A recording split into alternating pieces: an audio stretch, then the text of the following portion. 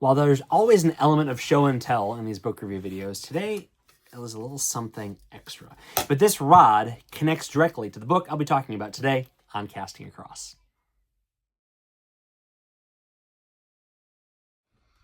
Hi, I'm Matthew of castingacross.com, where I explore the quarry and culture of fly fishing. In 2008, I was wrapping up a master's program, and I thought, what better way to reward myself for all of my hard work and academic accomplishments than with a new fly rod?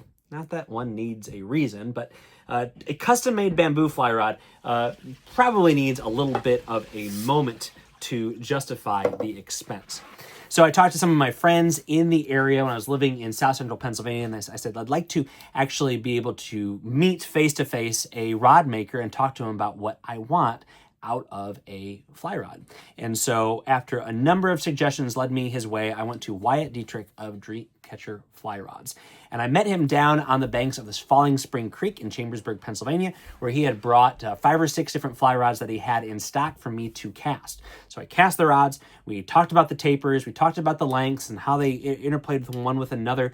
I explained kind of how I fish and what kind of rod I wanted to fish with. And we came up with this just fantastic 7-foot, 9-inch 4-weight with a little bit more of a progressive action, allowing me to throw some heavier flies, even though it's a very, very delicate and finesse fly rod. I absolutely love it. We named it the Bonnie Brook after a stretch of the Letort Spring Creek in Pennsylvania. But there's more to it than that. So I show up to cast these rods, and there was somebody casting with Wyatt already. And as I got closer, I realized, oh, that's Mike Heck. He's a local guide and author in South Central Pennsylvania. And then I realized, as awkward as this is, I have his book sitting on my front seat because I just picked it up at the fly shop that week and I was reading through it on my lunch breaks. And so I'm not averse to awkward, so I walked right up and said, hey, do you mind signing it for me? Which he did. So he got his new custom bamboo fly rod that day, and I started the journey of what would eventually become this Bonnie Brook fly rod. But enough about that. Let's talk about this book. In my humble opinion, this book, Spring Creek Strategies by Mike Heck, 2008, Stackpole, the Headwater imprint, is essential reading for anyone fishing eastern or smaller spring creeks. Now, there's great resources out there about fishing some of the large, sprawling spring creeks that you'll find out west.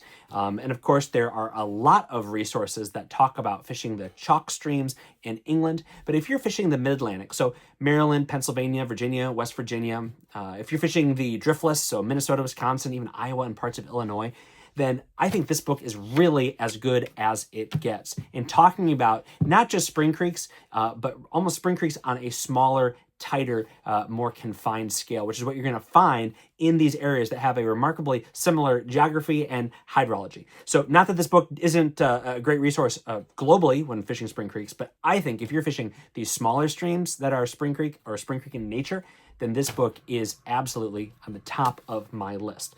So what does it do? Well, it talks about the flies. I can't go that much further without talking about how beautifully photographed this book is. Seeing these pictures of these streams, if you have not fished spring creeks before, then seeing something like this, it's going to make you want to go out and get humbled real fast, because spring creeks, especially the ones in South Central Pennsylvania, like a lot of these are, they are very, very humbling. There is a very high amount of work that goes into a huge reward, but that reward is oftentimes very intermittent. Anyway, all that to say, what is this book? He goes through kind of what a spring creek is, why it is unique, why it's different than a freestone stream, and even how you have some freestone streams that have significant influence from spring creek, so they take on some of those spring creek characteristics. But then he talks a lot about the bugs. The bugs matter. On the inside of the dust jacket, he actually makes the point that spring creeks are a blessing and a curse. A blessing in that they are so nutrient rich and oftentimes so food rich, both from insects and small crustaceans as well as bait fish, that the curse is that the fish have a lot of options. Your fly, which is an artificial with no flavor, is only one of them.